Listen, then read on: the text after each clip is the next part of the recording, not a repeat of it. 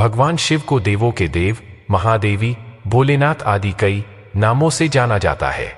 भगवान शिव के बारे में कहा जाता है कि वह थोड़ी सी तपस्या से आसानी से प्रसन्न हो जाते हैं।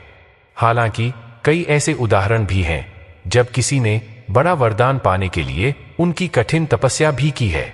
लंकाधिपति रावण ने भी अमरत्व का वरदान पाने के लिए भगवान शिव को अपने 10 सिर चढ़ा दिए थे।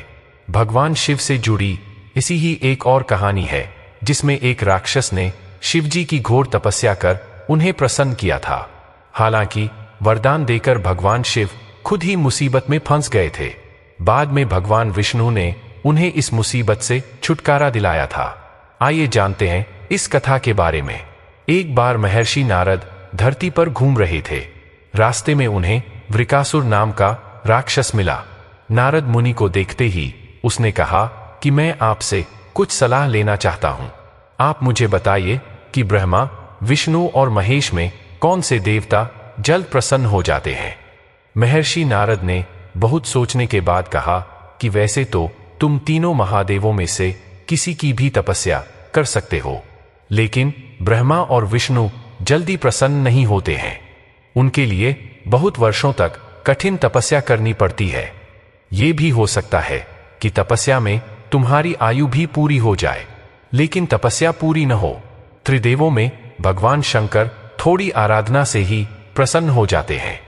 वे अपने भक्त की इच्छा पूरी करने के लिए सोच विचार नहीं करते हैं।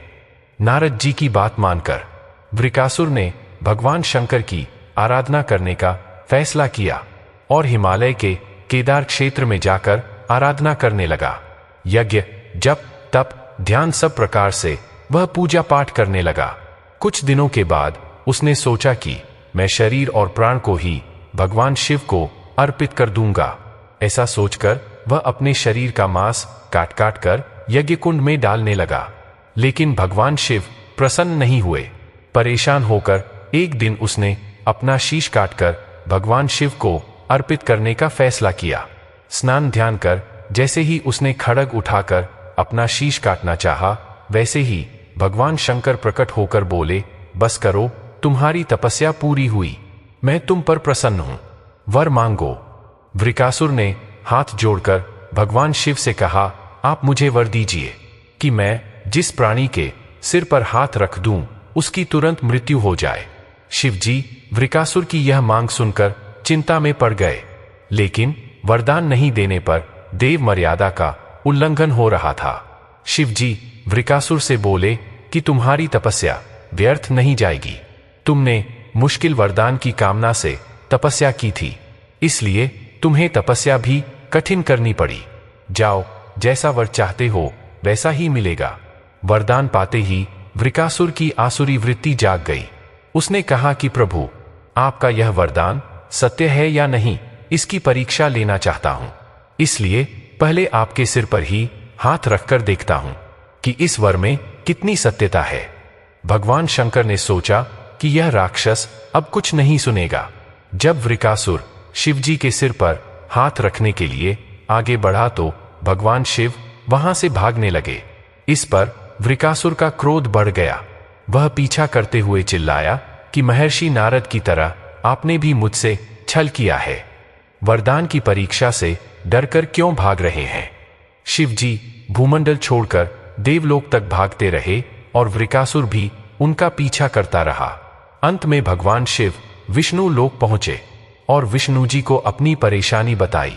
विष्णु जी ने हंसकर कहा कि कुछ भी हो, आपको वरदान की सत्यता तो सिद्ध करनी ही होगी। भगवान विष्णु ने योगमाया से एक वृद्ध तेजस्वी ब्रह्मचारी का स्वरूप बनाया और वृकासुर की ओर चल पड़े। भगवान विष्णु को जब वृकासुर आता हुआ दिखाई दिया तो उन्होंने आगे बढ़कर उसे प्रणाम किया। उन्होंने वृकासुर से कहा कि असुरराज, आप कहां भागे जा रहे हैं? लगता है कि आप बहुत थक गए हैं। शरीर को थोड़ा आराम दीजिए। आप सब प्रकार से समर्थ हैं, फिर भी मेरे योग्य कोई काम हो तो बताइए। अक्सर लोग अपने मित्रों और सहायकों से ही अपने काम पूरा करा लेते हैं। एक तेजस्वी ब्रह्मचारी की बातें सुनकर वृकासुर ने शिवजी के वरदान और उसकी परीक्षा की बात बताई। इस पर ब्रह्मचारी हंसा और कहा कि तुम किसके वरदान की परीक्षा लेना चाहते हो? शिवजी का तो अपना कोई घर ही नहीं है। वह खुद भूतों प्रेतों के साथ घूमते रहते हैं। वह भला किसी को क्या वर देंगे? वर देने वाले तो ब्रह्मा और विष्णु ही हैं। विष्णु जी ने वृकासुर से कहा कि तुम्हें वरदानी होना था तो ब्रह्मा या विष्णु की आराधना करनी चाहिए थी। शिवजी के पीछे बेकार दौड़ रहे हो। वरदान देने वाला तो खुद इतना शक्तिशाली होता है कि उसके वरदान का असर खुद उस पर नहीं हो सकता है। उन्होंने तो तुम्हें झूठ मूठ का वरदान दिया है। तुम्हारी तपस्या बेकार चली गई। ब्रह्मचारी की बात सुनकर वृकासुर निराश हुआ। उसका मनोबल टूट गया। वह कहने लगा कि मुझे तो देवर्षि नारद ने शिव की आराधना करने को कहा था। ब्रह्मचारी ने कहा कि तुमने नारद मुनि पर भरोसा कर लिया। वह तो ऐसे घुमक्कड़ साधु हैं जो सभी को उल्टी सलाह ही देते हैं। अगर तुम्हें मेरी बात पर भरोसा नहीं हो तो अपने सिर पर हाथ रखकर देख लो कि कैसे शिव ने तुम्हें झूठा वर देकर बहकाया है। वृकासुर का मनोबल बुरी तरह टूट चुका था। उसे ब्रह्मचारी की बात पर भरोसा हो गया कि शिवजी ने भी उसके साथ छल कर झूठा वरदान दिया है। उसका विवेक नष्ट हो गया। उसने वरदान की सत्यता का परीक्षण करने के लिए अपना हाथ अपने ही सिर पर रख लिया। सिर पर हाथ रखते ही भयंकर अग्निपुंज प्रकट हुआ और वृकासुर उसमें भस्म हो गया। भगवान शिव, विष्णु जी और वृकासुर की कहानी सीख देती है कि बिना सोचे विचारे किसी को कुछ देना और पाने वाले का, दाता को ही संकट में डालने का ऐसा ही नतीजा होता है। कृतज्ञता के प्रभाव में बुद्धि विवेक नष्ट हो जाता है और उपलब्धि ही विनाश का कारण बन जाती है। तो दोस्तों, आज की इस वीडियो में इतना ही। आपको हमारी वीडियो कैसी लगी कृपया कमेंट में जरूर बताएं और अपने मित्रों में वीडियो को शेयर जरूर करें। अगर आप हमारे चैनल पर पहली बार आए हैं तो चैनल को सब्सक्राइब जरूर करें।